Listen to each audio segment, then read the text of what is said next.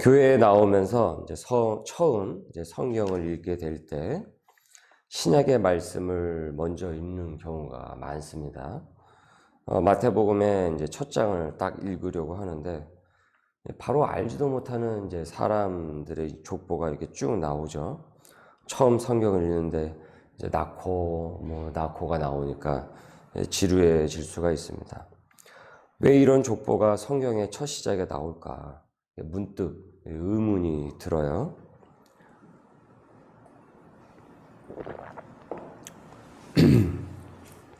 우리가 가진 구약 성경에서 신약 성경으로 이렇게 넘어갈 때는 여러분 성경책에서는 이렇게 한 장만 넘기면 이 종이 한 장 차이지만은 실제 그 사이에는 구약과 신약 이 사이에는 이 400년이라는 이 시간적인 이 간격이 있습니다.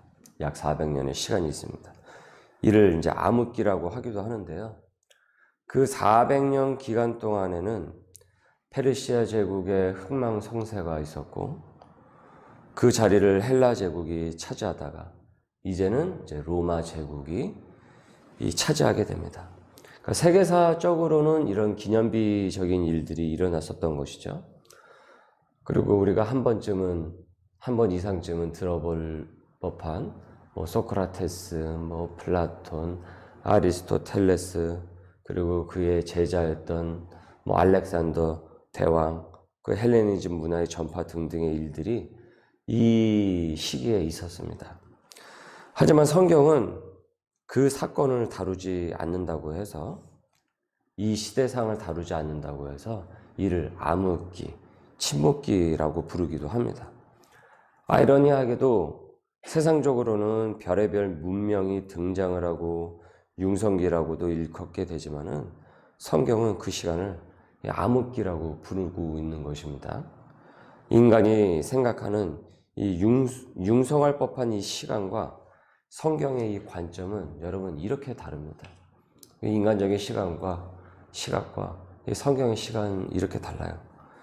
세상은 최고라고 해도 성경은 그렇지 않다라고 합니다. 반대로 세상은 초라하다고 해도 하나님께서는 그렇지 않다라고 하는 경우도 많이 있습니다. 성경이 그 400년의 시간을 구체적으로 다루지 않는다고 해가지고 그 시기에 하나님께서 없으셨던 것이 아닙니다. 하나님께서 손 놓고 아무것도 안 하신 것이 아닙니다. 하나님의 운행과 경륜은 여러분 이루어지고 있었습니다. 1절에 아브라함과 다윗의 자손 예수 그리스도의 계보라 라고 이 첫 시작을 하면서 아브라함에게서 이어지는 이 계보를 다루고 있다가 이제 예수 그리스도의 나타나심으로 그 계보를 이제 끝맺습니다. 이는 이런 역사적 상황 속에서도, 그리고 그 시기가 암울하고 세상적으로는 각자 자기 잘난 맛에 사는 그런 문명들이 나타났다고 할지라도 하나님의 섭리 속에서 이 예수 그리스도의 나타나심, 그리고 구약에 예정되어 있던 그 예언의 성취가 끊어지지 않고 계속 이어져 왔음을 증명하고 있는 것입니다. 그래서 때로 우리가 하나님이 없는 것처럼, 또 기도를 해도 아무 응답이 없는 것처럼, 홀로 있는 것처럼 느껴질 때가 있지 않습니까? 하지만 하나님은 여러분 움직이고 계십니다. 일을 하고 계십니다. 이 침묵기라고, 이 암흑기라고 일컫는 이 기간 중에서도 꾸준히 하나님께서는 예수 그리스도의 그 계보를 이어가셨듯이 우리가 때로는 홀로 된 것 같고 아무 응답이 없는 것 같고 하나님이 계시지 않는 그런 마음에 울적함에 빠질 때도 있는데, 여러분 하나님은 여전히 그 순간에서도 운행하시고 섭리하시다라는 것을 기억할 수 있으시길 바라겠습니다. 그 암흑기 속에서도 차곡차곡 예수 그리스도의 이 나심을 준비하시면서 구원사를 이루실 것을 그 섭리를 하시듯이 내 삶에서도 하나님은 움직이고 계시다라는 것이죠. 내 옆에서 항상 계시며 믿는 자의 그 인생을 구속의 그 섭리로 이끌어가고 계십니다. 여기에 족보에 보면은 굳이 이런 사람들의 계보는, 이런 사람들은 이게 좀 빼도 좋을 텐데 라는 생각이 드는 사람들이 있어요. 사람들이 이 자신의 그 가게에 이 부끄러운 조상들이 있으면은 이게 부인하고 싶고 드러내고 싶지 않고 알리고 싶지 않아요. 그래서 족보를 다시 써서라도 지우고 싶은 인물들이 있습니다. 뭐 우리 식구 중에 뭐 아니면 우리 친지 중에 부끄러워할 만한 그런 사람들이 있으면은 얘기하고 싶지 않고 뭐 이렇게 숨기고 싶고 그런 게 이게 사람의 이게 심정 아니겠습니까? 하지만 성경은 여러분 그대로 다 씁니다. 그대로 다 나와요. 시아버지와 동침을 한 다말, 기생 라합, 모압 출신 룻, 다윗과 가늠한 바세바 등의 이름을 올려놓았습니다. 거룩한 예수님의 계보에 전혀 어울리지 않는 사람들이 이 중간에 들어와서 이 계보가 엉망인 듯이 보여요. 그러니까 뼈대 있는 가문이 아니라는 것이죠. 그런데 여러분 이것은 주 예수 그리스도의 구원이 뼈대 있는 의인의 가문이라는 식의 이런 어떤 자격과 그런 식의 공로가 아니라 오직 은혜와 믿음으로 주어진다라는 것을 보여주고 있는 것입니다. 여러분 이래서 신앙이 참 신비롭고 여러분 경이로운 것입니다. 우리의 생각을 뒤집거든요. 세상의 그 관념을 뒤집거든요. 내가 어느 집안 출신이기에 우리의 조상이 내 조상이 누구누구이기에 어떤 업적을 이룬 집안의 자식이기에 이것이 중요한 것이 아닙니다. 무슨 공파 그런 거 있죠. 아직 여전히 우리도 아직도 그거 따지기도 하고 하나님의 은혜는 그것을 초월을 해가지고 주어집니다. 그래서 구원의 은혜는 그것을 넘어서는 것이에요. 이런 여인들이 자리 잡고 있는 이 계보에서 누가 나십니까? 예수 그리스도가 나시게 되는 거예요. 이 땅에 오신단 말이죠. 완벽한 왕가의 후손의 그 가계를 통하지 않고 그 족보를 통하지 않고 명문 가문을 통하지 않고 하나님께서는 이 불완전하고 흠 많은 가계로 예수 그리스도의 오심을 섭리를 하셨단 말이죠. 흙수저냐 금수저냐 이것을 탓하는 세상에 우리는 살고 있습니다. 하지만 여러분 우리가 부모를 선택을 할 수가 있습니까?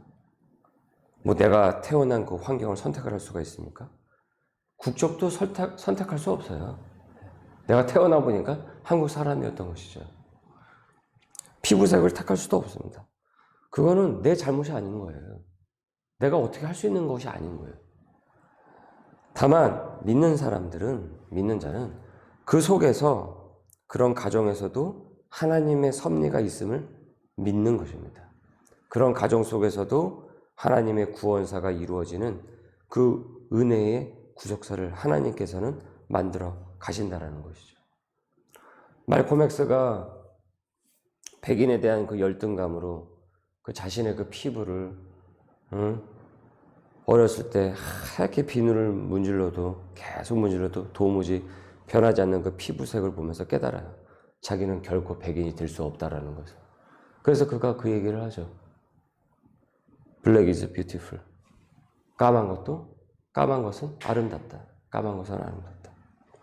주 안에서는 흰색도 까만색도 다 아름다운 것입니다. 그 안에 섭리가 있을 뿐인 것입니다.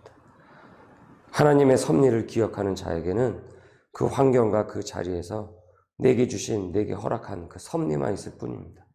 이를 우리가 믿고 우리는 살아가는 것입니다. 그래서 은혜로 산다라고 하는 것이죠. 교회를 다니면서 믿는 것 같기는 하지만은 썬데이 크리스찬으로서 하고 싶은 거 다 하고 다니면서 가정도 있는 사람이 유흥을 즐겼습니다. 그게 인생의 낙이에요. 하지만 교회를 잘 다니던 큰아들이 엇나가고 오히려 교회를 더 크게 비방을 하고 그래요. 그런 자식을 보면서 억장이 무너져가지고 타이르고 회개를 권면을 하지만은 자식에게 듣는 얘기가 무엇이었습니까? 여러분 큐티하셨듯이 술 마시는 집사님이라며 조롱을 당할 뿐이었어요. 술 마시는 집사님. 그 애가 그걸 다 본 것입니다. 다 본 거예요. 그렇게 하나님을 날라리처럼 믿는 척을 했다가 안 했다가 그래서 제대로 하나님을 믿지도 않으면서 그렇게 시간을 있는 대로 보내다가 자식의 그 사건 앞에서 그렇게 끊지 못하던 그 술을 38년 만에 끊습니다. 그리고 하나님 앞에 결단을 하는 거예요. 수치와 이 모멸감이 이 자식을 통해서 자기에게 주어지는 그 시간이었지만 오히려 그 시간에 그 아비가 깨입니다. 여러분, 깨어야 구원의 구속사가 그 가정 가운데 이루어지게 되는 것입니다. 하나님께서는 그 가정과 그 일을 사랑하셔서 자녀의 그 수치스러운 그 영적 방황을 통해서도 하나님께서 그 하실 일을 이루어 가신 것이에요. 오늘 말씀의 계보와 지금 말씀드린 이 간증의 사건을 보면서 여러분 말씀을 이렇게 적용을 하시길 바랍니다.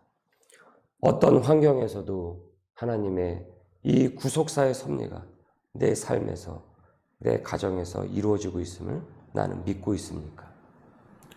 내가 자란 그 환경 속에서 나를 구원으로 이끄시는 그 하나님의 그 따뜻한 손길을 나는 여전히 믿고 있습니까?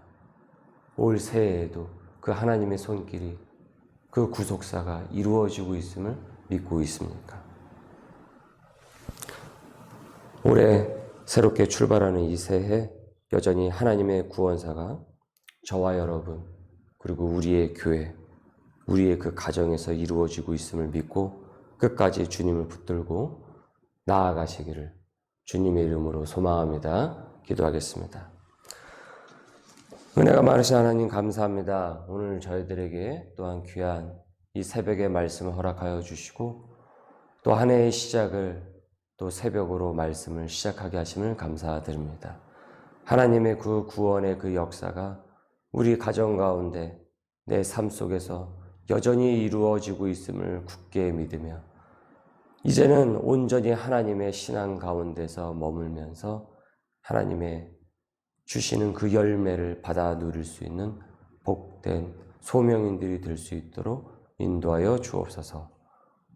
올해도 우리와 함께하여 주옵시고 우리 소명의 교회를 기억하여 주옵시고 복음의 열매들이 풍성하게 열릴 수 있도록 은혜를 더하여 주옵소서. 감사하며 예수님의 이름으로 기도드립니다. 아멘.